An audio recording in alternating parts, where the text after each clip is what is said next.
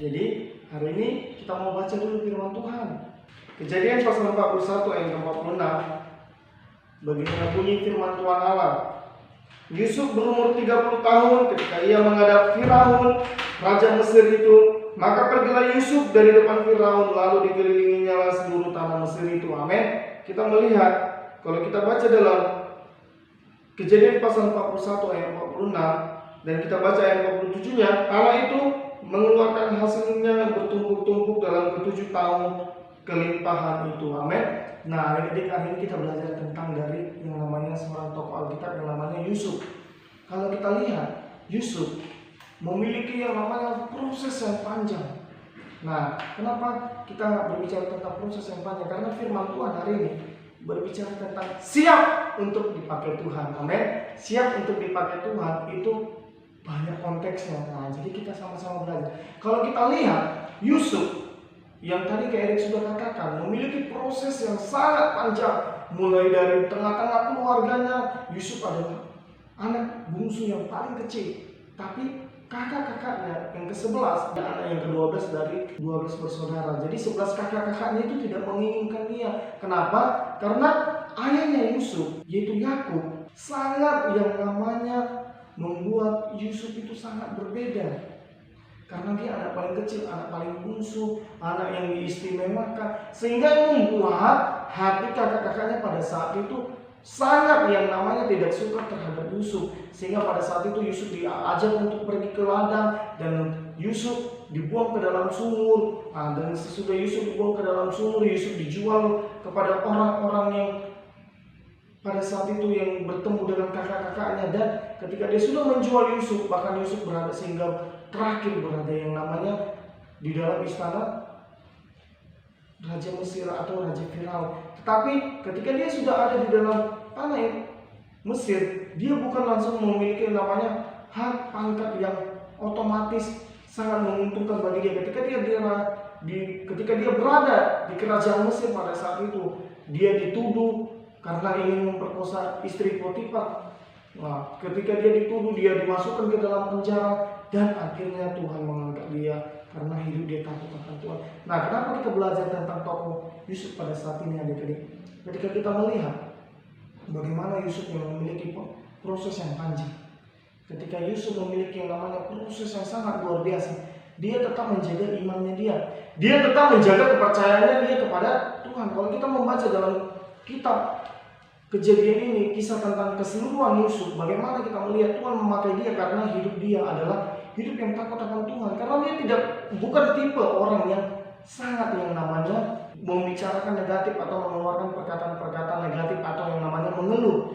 Tapi hari ini ketika kita belajar dari seorang tokoh Alkitab yaitu tentang Yusuf, kalau kita baca keseluruhan kitabnya, dia bukan orang yang sangat yang namanya mengomel. Kenapa Tuhan membuat saya seperti ini? Kenapa saya harus dijual? Kenapa kakak-kakak saya harus membenci? Kenapa saya harus dimasukkan ke dalam penjara? Kenapa saya harus melakukan seperti ini? Dia tidak pernah mengeluarkan sesuatu perkataan yang seperti itu, tapi dia percaya bahwa Tuhan punya rancangan yang baik. Tuhan rancangan yang nyata dalam kehidupan Yusuf pada saat itu, sehingga pada hasilnya Tuhan memakai dia sangat spesial, sehingga dia pada saat itu memiliki kedudukan sebagai seorang menteri yang dimana dia menjadi orang nomor 2 di dalam kerajaan Mesir pada saat itu. Kenapa?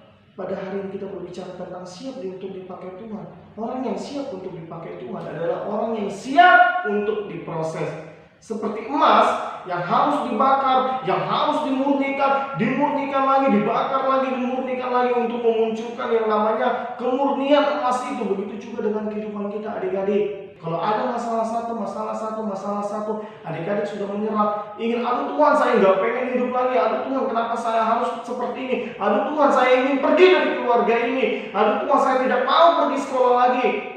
Nah, kalau kita masih berbicara tentang seperti itu, bagaimana Tuhan mau menjadikan kita terang di tengah-tengah kehidupan orang lain? Yusuf taat terhadap prosesnya Tuhan. Mau dia dibuang, mau dia difitnah, mau dia diusir, mau dia dicampakkan, dia tetap taat. Adik-adik juga harus taat, tidak mengomel, harus melakukan, tetap menjaga kebenaran firman Tuhan. Sekalipun ada masalah, tetap datang beribadah. Sekalipun ada masalah, tetap datang berdoa. Sekalipun ada masalah, tetap ikut yang namanya persekutuan kita terhadap Kristus Yesus. Taat. Yang kedua, harus menjaga hidup kita supaya tetap kudus. Yusuf ketika dia dituduh ingin memperkosa istri Potifar pada saat itu, dia menjaga tetap kekudusannya. Jadi begitu juga demikian kehidupan kita, adik-adik, kita harus dapat menjaga kekudusan kita. Dari mana kekudusan kita?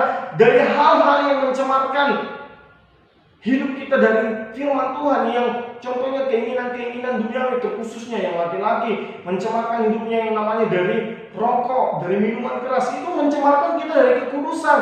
Kita menjaga, kita harus iman kita harus tetap dalam kekudusan kita sehingga kita bisa tetap dalam persekutuan kita terhadap Kristus Yesus.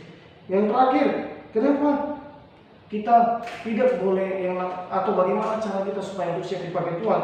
Kita tidak boleh mengeluh. Karena ketika kita tidak boleh mengeluh, kita akan percaya bahwa kita tidak akan melupakan Tuhan. Amin. Tidak boleh mengeluh seperti Yusuf yang tidak pernah mengeluh dalam situasi apapun, dalam proses apapun, dia tetap bersyukur dan dia tidak percaya bahwa Tuhan tidak pernah lupakan dia, Tuhan tidak pernah tinggalkan dia. Begitu juga dengan kehidupan kita. Kalau Yusuf pada saat itu bisa Tuhan pakai dengan luar biasa, bagaimana dengan kita, terkhususnya adik-adik SMP dan SMK Kristen ini? Pasti Tuhan bisa juga pakai dengan luar biasa. Kenapa? Karena Allah yang disembah Yusuf pada saat itu adalah Allah yang sama dengan yang kita sembah pada saat ini. Apakah Allah berubah? Tidak. Allah tidak pernah berubah dahulu, sekarang, bahkan sampai Tuhan Yesus datang nanti, bahkan sampai selama-lamanya. Amin. Karena Allah tidak pernah berubah. Jadi nggak ada alasannya untuk kita, aduh Tuhan saya nggak boleh pakai, aduh Tuhan saya mau menyerah, aduh Tuhan saya tidak sanggup, aduh Tuhan saya tidak kuat. Kita tidak boleh datang mengeluh seperti itu, tapi bersyukur Tuhan, terjadilah sesuai dengan kehendak-Mu. Hamba-Mu tidak mampu, Tuhan yang memberikan kekuatan. Mungkin kalau untuk berbicara seperti itu sangat mudah. Mungkin adik-adik berpikir, aduh Kak Erik ngomong gampang, tapi kita sama-sama belajar untuk melakukannya. Memang kita akan jatuh, tapi kita bangkit lagi, jatuh, dan bangkit lagi, jatuh, dan bangkit lagi, sehingga kita dapat menjadi anak-anak Kristus, anak-anak terang yang siap dipakai Tuhan dengan luar biasa. Amin. Jadi demikian firman Tuhan kita pada hari ini. Tuhan Yesus memberkati kita semua. Shalom.